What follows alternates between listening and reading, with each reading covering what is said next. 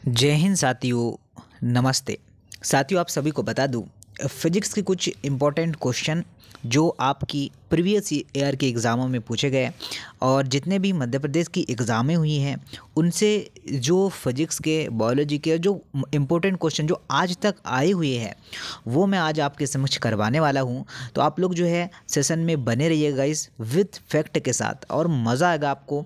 चीज़ें अच्छी लगे तो लाइक करना, अन्यथा बिल्कुल जैसा चल रहा है वीडियो वैसे चलने देना। हिमांक बिंदु क्वेश्चन देखिए, पहला क्या है कि हिमांक बिंदु वह तापमान है जो खाली स्थान से कम होता है। तो आपको पता होना चाहिए कि जो हिमांक बिंदु होता है क्या होता है। हिमांक बिंदु क्या तापमान कितना होता है एक्चुअली में आप सभी को बताना है। तो फ़ारेनहाइट में हम लोग इसे मापते हैं, कितना होना चाहिए तो 32 कितना साथियों 30 डिग्री फ़ारेनहाइट होना चाहिए। और इससे 212 मतलब 200 120 आपका 212 फ़ारेनहाइट तक होता है। मतलब आपका जो राइट आंसर है ऑप्शन नंबर डी हो जाएगा, ये आपको ध्यान रखना है। ये साथियों फॉर्मूला आपको याद रखना है, क्या बराबर एफ जो होता है क्या होता है ये देखिए 32 अपॉन में आपका 9 बराबर सी अपॉन में 5 और के माइनस 273 अपॉन में 5।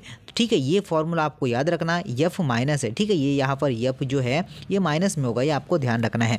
और बहुत ही अच्छे अच्छे क्वेश्चन है साथियों, मज़ा आएगा आप लोगों को देखने के बाद। देखिए क्या बोला है, नेक्स्ट क्वेश्चन पर हम लोग चर्चा करने वाले हैं। उष्मीय मान की इकाई क्या है। क्वेश्चन क्या बोला है कि उष्मीय मान की इकाई क्या है, ये आपको बोला गया है।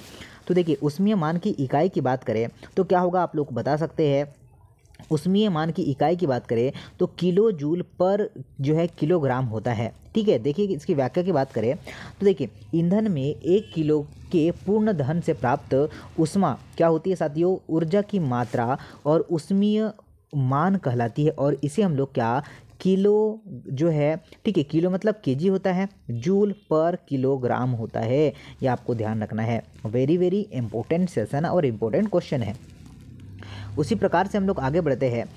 किसी भी माप उपकरण द्वारा माप के परिणाम के निश्चित अनिश्चितताओं को खाली स्थान कहा जाता है।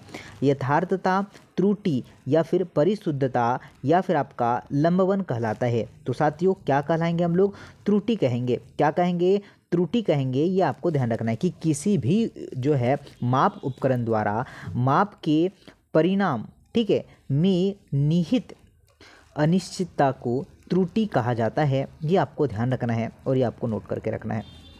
देखिए एफ ई 0.93 जो है ओ, देखिए में दोष को खाली स्थान दोष कहा जाता है। तो आपका शक्ति, धातु की कमी, धातु की अधिकता या फिर फ्रैंकेट। तो साथियों हम लोग क्या राइट आंसर करेंगे, हम लोग आंसर करेंगे धातुओं की कमी। क्या आंसर करेंगे, धातुओं की कमी आंसर लगाएंगे। समझ आ रही चीज़ें, बहुत अच्छी चीज़ें है साथियों। सारे के सारे जो है आपके क्वेश्चन प्रीवियस ईयर की जितनी भी एग्ज़ामें हुई है ना मध्य प्रदेश गवर्नमेंट की, अभी ANM PNST सभी के क्वेश्चन मैंने आपके लिए लाया है। देखिए आगे बढ़ते हैं। एक मापन उपकरण द्वारा मापा जा सकने वाला सबसे छोटा जो है क्या मान क्या कहलाता है। तो सबसे छोटा मान क्या कहलाएगा, तो ये कहलाएगा साथियों आपका ऑप्शन नंबर सी, अल्पतमांक। ठीक है, क्या कहेगा, अल्पतमांक। ओके, तो क्या राइट आंसर है, option number C is right answer. चलिए नेक्स्ट पर चलते हैं। नेक्स्ट क्वेश्चन पर ध्यान दीजिएगा, क्या बोला गया है। क्वेश्चन ने बोला है कि निम्नलिखित में से कौन सी राशि ऊष्मा के प्रवाह की दिशा निर्धारित करती है जब विभिन्न जो है तापमानों पर दो पिंडों को जो है संपर्क में लाया जाता है। तो पिंडों का आयतन, पिंडों का तापमान, पिंडों का द्रव्यमान या पिंडों का पदार्थ होगा। तो साथियों सभी लोग ध्यान दीजिएगा, सभी लोग नोट करिएगा। अगर आप सभी लोगों ने ऑप्शन नंबर बी लगाए पिंडों का तापमान, तो बिल्कुल डेफिनेटली आपका राइट आंसर होगा। क्या होगा, पिंडों का तापमान इज द राइट आंसर। देखिए सभी लोग ध्यान दीजिएगा कि ऊष्मा के प्रवाह की दिशा तापमान से निर्धारित होती है। वस्तुएं तब तक तापीय ऊर्जा का आदान प्रदान करेगी जब तक कि वे तापीय संतुलन तक नहीं पहुंच जाती है। समझ रहे आप लोग। नेक्स्ट क्वेश्चन है कि ऊष्मा की एसआई इकाई क्या है। तो आपको पता है जूल से हम लोग इसे मापेंगे। ठीक है, किससे मापेंगे? जूल। तो ऊर्जा एनर्जी की बात कर रहे हैं, उष्मा की बात कर रहे हैं, तो उष्मा की इकाई क्या होती है? जूल होती है। और ये भली भांति हर बच्चा हर साथी जानता है। ठीक है, एसआई यूनिट की यहाँ पर बात किया था। चलिए, द्रव्यमान की एसआई यूनिट, तो द्रव्यमान मतलब मास, द्रव्यमान मतलब क्या होता है? मास होता है। तो मास को हम लोग केजी में मापते हैं। किसमें मापते हैं? केजी में मापते हैं, तो किलोमीटर। देखिए इतना भी आसान क्वेश्चन आपके जो है एग्ज़ाम में आया हुआ है। तो सारे क्वेश्चन एग्ज़ाम में आए हुए पर्टिकुलर, चलिए सभी जो एग्ज़ाम में आए हुए क्वेश्चन हैं। अब देखिए नेक्स्ट क्वेश्चन की बात करते साथियों, क्या दिया है। नेक्स्ट क्वेश्चन नोट करना कि कौन सा व्युत्पन्न मात्रक, कौन सा व्युत्पन्न मात्रक खाली स्थान का प्रतिनिधित्व करता है। ओके, तो देखिए आप लोग बता सकते हैं कि जो ऑप्शन नंबर जो है डी वाला, किलोग्राम जो है मीटर का क्या है, मतलब वर्ग मीटर प्रति सेकेंड। ठीक है, समझ गए आप लोग, ऑप्शन नंबर सी करेक्ट होगा। चलिए, वाट शक्ति की इकाई होती है, ऐसा यूनिट वाट की क्या होती है? वाट शक्ति की यूनिट होती है। और ऊर्जा आपको पता है कि यह ऊर्जा के परिवर्तन या रूपांतरण की दर को मापती है। ठीक है, चलिए, कार्य करने की दर को क्या कहते हैं? शक्ति कहते हैं, ये आपको पता है। चलिए नेक्स्ट की बात करें, बोला गया कि खाली स्थान को द्रव्यमान पर कार्य करने वाली बल की मात्रा में खाली स्थान मापा जाता है। वजन, बल, वेग या फिर दाब। चलिए बताइए, सभी साथी आंसर बताएंगे। तो साथियों आप सभी लोग नोट कर सकते हैं, वजन, भार, वेट जिसे हम लोग कहते हैं। ठीक है, तो भार आपका बिल्कुल करेक्ट आंसर हो जाएगा। क्या होगा? भार आपका राइट आंसर हो जाएगी। किसी वस्तु पर, क्या बोला है साथियों, कि किसी वस्तु पर पृथ्वी के गुरुत्वाकर्षण के माप को भार या वजन कहा जाता है। और पृथ्वी की सतह पर गुरुत्वाकर्षण के कारण त्वरण लगभग समान ही होता है। ठीक है, चलिए नेक्स्ट पर आते हैं। नेक्स्ट की बात करें साथियों, देखिए नेक्स्ट क्वेश्चन क्या है। नेक्स्ट क्वेश्चन आपसे बोला गया है कि निम्नलिखित में से कौन सा न्यूटन का प्रथम नियम का उदाहरण है। एग्जाम्पल्स आपसे बोला गया था। देखिए, जब कोई खिलाड़ी क्रिकेट गेंद को पकड़ता है तो वह अपना हाथ पीछे खींचता है। एक तेज गति वाली गेंद दर्शक को हिट करने पर वो दर्द देती है। कूदने से पहले हम जमीन पर झुक जाते हैं, या एक मोटर कार तेज गति से मुड़ रही है तो हम एक तरफ जो है फिक जाते हैं। तो साथियों बहुत जो है शानदार और बहुत बेहतरीन फर्स्ट ऑप्शन सेकेंड लॉ का एग्जाम्पल है। तो देखिए बात करें, जो आप लोग जो डी लगा पा रहे हैं, मतलब आप जब एक मोटर कार तेज गति से मोड़ लेती है तो, मतलब मोड़ लेती है तो हम एक तरफ फिक जाते हैं। समझ गए? ऑप्शन नंबर आपका डी सही होगा। अपवाह वेग और विद्युत धारा के लिए सही संबंध क्या होगा? ठीक है, तो आपका सही संबंध होगा I बराबर NE/AV। समझ गए? ऑप्शन नंबर जो है आपका राइट आंसर होगा सी वाला। समझ गए? नेक्स्ट की बात करें, क्या है, M1 M2 द्रव्यमानों वाली दो कारें R1 और R2 त्रिज्या वाले दो गोलों में घूम रही हैं। यदि उसकी चालें इतनी है कि एक चक्कर बराबर समय से पूरा करती है, तो उनकी कोणीय चालों का अनुपात आपको निकालना है। चलिए निकालिए ज़रा। तो साथियों कोणीय चालों के रेशो की बात करें तो 1:1 हो जाएगा। समझ रहे? ऑप्शन नंबर क्या है? डी करेक्ट है। चलिए नेक्स्ट क्वेश्चन की बात करें, बोला क्या गया है कि क्वेश्चन देखिएगा, एम्पियर का नियम खाली स्थान के नियम सा है जैसे गाउस का नियम कूलाम के नियम सा है। बताइए जरा। तो साथियों बाय-सेवर्ट क्या होगा? बायो-सेवर्ट इसका क्या राइट आंसर होगा कि एम्पियर का नियम बाय-सेवर्ट के नियम के समान होता है और आपका गॉस का नियम कूलाम के नियम के समान होता है। ठीक है, चलिए बहुत बढ़िया, बहुत ही शानदार आंसर आप सभी लोग कर पाएंगे साथियों। और नेक्स्ट क्वेश्चन की बात करें तो क्या दिया है? नेक्स्ट क्वेश्चन में दिया है कि द्रव्यमान m वाला एक पिंड एक संपूर्ण परिक्रमण के लिए नियत चाल V पर त्रिज्या R के एक क्षैतिज वृत्त में गतिशील होता है, निम्नलिखित में से कौन सा कथन असत्य है? पिंड की संपूर्ण ऊर्जा निहित है। अभिकेंद्रीय बल द्वारा किया गया कार्य 2mv² है। पिंड के रैखिक संवेग में जो है परिवर्तन शून्य है, या फिर पिंड का जो है कोणीय वेग वृत्तीय गति के लंबवत पर सीधा लंब है। तो साथियों आपका जो राइट आंसर बन जाएगा वो बन जाएगा ऑप्शन नंबर बी। क्या होगा? ऑप्शन नंबर बी आपका राइट आंसर है। अभिकेंद्रीय बल द्वारा किया गया कार्य क्या होगा? जो है 2mv होगा, स्क्वायर होगा। ठीक है, चलिए बी आंसर करेक्ट है। पिंड की संपूर्ण ऊर्जा क्या होगी? नियत रहेगी। पिंड के रैखिक संवेग में पूर्ण जो होगा परिवर्तन शून्य होगा। पिंड का कोणीय वेग वृत्तीय गति के तल पर सीधे लंबवत होगा। समझ पा रहे आप लोग? क्या होगा? ऑप्शन नंबर जो है आपने सही आंसर क्या बताया? बी होगा। चलिए उसी प्रकार से आगे बढ़ते हैं। नेक्स्ट क्वेश्चन की बात करेंगे। बोला गया है कि किसी धातु के एक विशिष्ट प्रतिबल विकृति वक्र में ग्राफ से सरल रेखा वाला भाग दर्शाता है। तो देखिए, प्रतिबल में एक छोटे से परिवर्तन के लिए विकृति तीव्रता से बढ़ती है। प्रतिबल विकृति के अनुक्रमानुपाती होता है। प्रतिबल में परिवर्तन होने पर भी विकृति में कोई परिवर्तन नहीं होता है। प्रतिबल विकृति के व्युत्क्रमानुपाती होती है। तो चलिएगा, आप सभी लोग जानते हैं कि आपका जो राइट आंसर होगा ऑप्शन नंबर बी होगा कि प्रतिबल विकृति के अनुक्रमानुपाती होती है। यह आपको बिल्कुल सही आंसर होगा और आप बिल्कुल सही आंसर कर पाएंगे। साथियों नेक्स्ट क्वेश्चन की बात करें, क्या बोला गया है? बोला है कि वह एक वस्तु जो एक समान वृत्तीय गति से गुजर रही है उसमें खाली स्थान होता है। शून्य त्वरण, निरंतर जो है त्वरण, या फिर जो है निरंतर गति होती है। तो साथियों निरंतर चाल होती है, स्पीड होती है। समझ गए आप लोग? क्या होता है?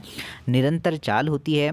ये आपका बिल्कुल सही आंसर होगा। देखिए डायग्राम भी आपके समक्ष है, बहुत ही अच्छा। वेग कैसी राशि है? सदिश राशि है। मैंने आपको बताया है क्लास में जब मैंने समझाया था। न्यूटन के गति के पहले नियम का महत्व क्या है? तो न्यूटन के पहले बल है, संवेग है, या फिर जो है डी होगा ना भाई साहब, जड़त्व। ठीक है, इनर्शिया क्या होगा? इनर्शिया, जड़त्व। बिल्कुल बहुत बहुत सिंपल आंसर और बहुत ही सिंपल क्वेश्चन आपसे पूछे जाते हैं। ठीक है, एग्जाम में। न्यूटन की गति के पहला नियम जड़त्व से संबंधित है। यदि कोई वस्तु विरामावस्था में तो विरामावस्था में रहेगी जब तक उस पर कोई बाह्य बल नहीं लगाया जाता है। तो ये ऐसे बना सकते हैं। बहुत सिंपल क्वेश्चन है कि आपका 100 न्यूटन के बल द्वारा किया गया कार्य क्या होगा? ठीक है, W आपको ज्ञात करना है। अब देखिए क्या बोला है, यदि बल का विस्थापन के बीच का कोण शून्य है तो निकाय 50 मीटर तक विस्थापित हो जाएगा। तो देखिए बहुत अच्छे तरीके से आपको मैं यहाँ पर समझा के बता दूँ। ठीक है, क्या होता है आपका W बराबर Fs होता है। क्या होता है आपका W बराबर Fs होता है कॉस थीटा। कॉस 0 का मान कितना होता है साथियों? तो कॉस इसने बोला है कोण का मान क्या है? शून्य। तो कॉस 0 का मान क्या होगा? तो ऑब्वियसली बात है 1 होगा। एफ कितना है साथियों? तो 100 है। 100 मल्टीप्लाई हम लोग 50 करेंगे तो क्या होगा? 100 मल्टीप्लाई 50 करेंगे तो 5000 हो जाएगा क्या? चलिए बताइए, कितना इजी क्वेश्चन है, कितना बेहतर क्वेश्चन है। एक कहाँ से आया? तो आपको मैंने चार्ट याद करने बताया था क्या कि कॉस, देखिए मैंने बताया था आप लोगों को एक नहीं 2 बार लगातार 2 क्लासेस में आपको मैंने समझाया था कि ये टेबल आप लोग याद कर लीजिए। काम में बहुत जगह हमें फिजिक्स पढ़ रहे हैं तो साथियों हमें बहुत जगह काम आएगा। इसका मान 1 होता है क्योंकि साइन 0 का मान 0 होता है। समझ गए? क्योंकि चीज़ें अपोजिट हो जाती है। देखिए, क्या किसी शरीर का द्रव्यमान हो जाता है लेकिन भार नहीं? क्या किसी शरीर का द्रव्यमान हो सकता है लेकिन भार नहीं हो सकता? भिन्न हो सकता है, नहीं हो सकता है, क्या होगा भाई साहब? तो साथियों हाँ बिल्कुल हो सकता है। समझ गए? चलिए नेक्स्ट पर चले, नेक्स्ट क्वेश्चन पर बढ़ते हैं। न्यूटन के गति के पहले नियम को खाली स्थान के रूप में भी जाना जाता है। तो ये इनर्शिया का नियम, जड़त्व का नियम हम लोग इसके जानते हैं। तो ऑप्शन नंबर सी है। बहुत बढ़िया क्वेश्चन है, बहुत ही सिंपल क्वेश्चन है पर आसान क्वेश्चन है। ये क्वेश्चन आपको लग आसान रहे पर ये एग्जाम में पूछे गए। नीचे एग्जाम के नाम भी लिखे हुए साथियों। देखिए ये आपका कांस्टेबल में पूछा गया है। बहुत सिंपल है, मतलब मध्य प्रदेश की जितनी भी एग्जामें हुई है उनमें ये क्वेश्चन आए हुए हैं, इसलिए मैं चाहूँ आपको ये क्वेश्चन करवा रहा। यदि दरवाजे पर तेल लगाया जाता है तो घर्षण खाली स्थान होगा, तो क्या होगा साथियों, घर्षण बढ़ जाएगा क्या, शून्य हो जाएगा ना, कि कम हो जाएगा, तो साथियों कम हो जाएगा, क्या होगा, कम हो जाएगा। बी आंसर बिल्कुल करेक्ट है। मशीन और दरवाजों में तेल या पीस लगाने से जो घर्षण का मान जो होता है कम हो जाता है। साथियों नेक्स्ट क्वेश्चन पर बात करेंगे, क्या है नेक्स्ट क्वेश्चन है आपका कि अलग अलग, क्या है क्वेश्चन बोला है कि अलग अलग द्रव्यमानों की दो वस्तुएं ए और बी में समान संवेग है, इसकी गतिज ऊर्जा अधिक होगी यदि ए का द्रव्यमान बी के द्रव्यमान से अधिक होगा। तो चलिए बताइए। तो देखिए दोनों की गतिज ऊर्जा समान होगी, अपर्याप्त डाटा है, या ए या बी होगा, तो साथियों क्या होगा, बी होगा। ओके, किसका, बी का द्रव्यमान अधिक होगा, ये आप लोगों को ध्यान रखना है।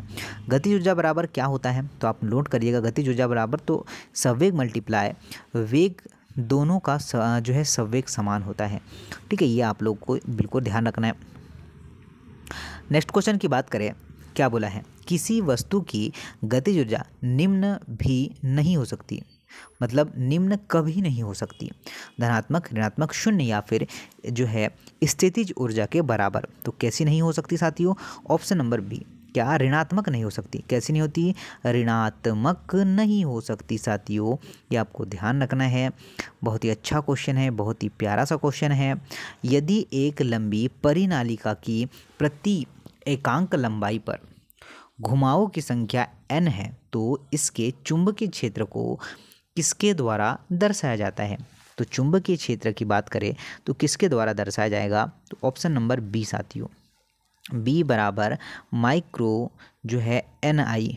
ठीक है, ऑप्शन नंबर बी करेक्ट है। परिनालिका में चुंबकीय क्षेत्र प्रतिबल घुमाव और एक तार की धारा की मात्रा के समान अनुपातिक होता है और इसकी लंबाई के विलोम अनुपाती होता है, और I फॉर धारा, L फॉर परिनालिका की लंबाई होती है। नेक्स्ट की बात करें, किस प्रकार जो है, किस प्रकार का अर्धचालक AS की डोपिंग द्वारा प्राप्त किया जाता है। तो P प्रकार अर्धचालक या फिर आंतरिक अर्धचालक, P प्रकार अर्धचालक या जो है शुद्ध अर्धचालक। तो साथियों नोट करिएगा, आपका जो राइट आंसर होगा N प्रकार के अर्धचालक, ऑप्शन नंबर जो है सी करेक्ट है। चलिए सिलिकॉन जो है इसमें आता है, N घुमाव की संख्या वाले जो है टोरॉइड की भांति एक बिंदु पर चुंबकीय क्षेत्र को किस जो है प्रकार दर्शाया जाता है, बताएंगे आप लोग। तो साथियों ऑप्शन नंबर ए, बी बराबर जो है माइक्रो NI अपॉन में 2πr। ठीक है, चलिए आगे बढ़ते हैं। नेक्स्ट क्वेश्चन देखिए, निम्न में से कौन सी धातु जो है जस्तेदार लोहा, जिसे हम लोग क्या कहते हैं गैल्वेनाइड आयरन में एक सुरक्षात्मक आवरण की तरह कार्य करती है। तो आपका जो राइट आंसर होगा साथियों Zn, जिंक होगा। क्या होगा, जिंक होगा, ये आप लोगों को ध्यान रखना है। ओके चलिए नेक्स्ट की ओर बढ़ते हैं। क्वेश्चन बोला गया, जरा ध्यान दीजिएगा, कि पदार्थ के कणों की विशेषताओं के बारे में निम्न में से कौन सा कथन सही है। पदार्थ के कणों के बीच पर्याप्त खाली स्थान होता है, पदार्थ के कण निरंतर गतिमान रहते हैं, पदार्थ के कण के बीच कार्यरत बल होता है, या सभी प्रकार के पदार्थ में जो है आकर्षण के बल की शक्ति लगभग समान होती है। क्या हो सकता है आंसर, या ए या बी या क्या हो सकता है। चलिए छोटा कर दूं मैं, ए या बी या सी या डी, क्या हो सकता है। तो साथियों फर्स्ट सेकंड और थर्ड, फर्स्ट सेकंड और थर्ड, फोर्थ बिल्कुल नहीं हो सकता। तो ये आप लोगों को ध्यान रखना है। चलिए नेक्स्ट पर बढ़ते हैं। नेक्स्ट की बात करें, वैज्ञानिक नामकरण की प्रणाली एक वैज्ञानिक द्वारा शुरू की गई थी। सूची में सही नाम का चयन करें। रॉबर्ट जो है विटकर, कार्ल लिनियस, न्यूटन, या फिर होगा आपका हैकल। तो साथियों क्या राइट आंसर होगा, राइट आंसर होगा आपका कार्ल लिनियस। क्या होगा साथियों, Karl Linnaeus is a right answer. और आप सभी लोग जानते हैं कि वैज्ञानिक जो नामकरण है वो कार्ल लिनियस ने दिया था। साइंस का क्वेश्चन है, बायोलॉजी का क्वेश्चन है, ये आप लोगों से पूछ ले गए हैं। चलिए नेक्स्ट क्वेश्चन की बात करें कि 1 जूल में कार्य अपॉन ऊर्जा की एक इकाई निम्नलिखित में से किस विकल्प के जो है समतुल्य है। तो बताइए, तो 1 ये आपका ऑप्शन नंबर ए होगा क्या? नहीं, ऑप्शन नंबर बी होगा कि 1 इलेक्ट्रॉन वोल्ट बराबर होता है 1.6 × 10⁻⁹ जूल होता है। समझ पा रहे हैं आप लोग? चलिए बहुत अच्छा क्वेश्चन है, बहुत ही प्यारा, बहुत ही बेहतर। ओके चलिए, जो है विद्युत परिपथ में शक्ति को किस रूप में व्यक्त नहीं किया जा सकता। ठीक है, आप लोगों को बोला है नहीं किया जा सकता, बाकी सभी सही है। तो देखिए इसका फॉर्मूला होता है I²R भी होता है, एक V²R भी होता है, एक IR भी होता है। सॉरी IR बोल रहा हूँ बच्चा, आपका VI होता है और जो है ये नहीं होता है। तो आपका जो D है ये गलत है, ठीक है ना, जो D है वो गलत है, द जो है गलत है, ठीक है। चलिए इसके अलग अलग 2-3 फॉर्मूले होते हैं और मैंने आपको ये पहले भी बता चुका है। क्या साथियों, मैंने ये आपको पहले भी बता चुका है, अगर आप लोग मुझसे रेगुलर पढ़ रहे होगे तो। चलिए उसी प्रकार से नेक्स्ट क्वेश्चन की ओर बढ़ेंगे। क्या बोला गया है? नेक्स्ट क्वेश्चन है साथियों कि कार्य ऊर्जा प्रमेय के अनुसार एक गतिशील पिंड एक सभी बलों द्वारा किया गया कार्य उसकी गतिज ऊर्जा में खाली स्थान के बराबर होता है। वृद्धि, अंत्य, प्रारंभ या परिवर्तन? बताइए ज़रा। तो साथियों अगर आपने परिवर्तन आंसर लगाया है, क्या अगर आपने परिवर्तन आंसर लगाया है तो डेफिनेटली राइट आंसर होगा साथियों, ठीक है। चलिए नेक्स्ट की बात करें, देखिए क्या बोला गया है। नेक्स्ट की बात करें, बोला एक इलेक्ट्रॉन बल्ब का प्रतिरोध 400 है, इसके द्वारा खपत की गई शक्ति ज्ञात करें और आपको बताना है कि यदि यह 200 वोल्ट के सेल से जुड़ता है। बहुत सिंपल, बहुत आसान, क्योंकि V²I हम लोग इस तरीके से इस फॉर्मूले पर पुट करेंगे। V² जो है R, तो R आपको रेजिस्टेंस दे रखा है, ठीक है। तो देखिए 200 × 200 कर दूँ और नीचे में हम लोग करेंगे 400, तो 2 शून्य से 2 शून्य गए, ये 2 बार और ये 100 वॉट आएगा साथियों आंसर।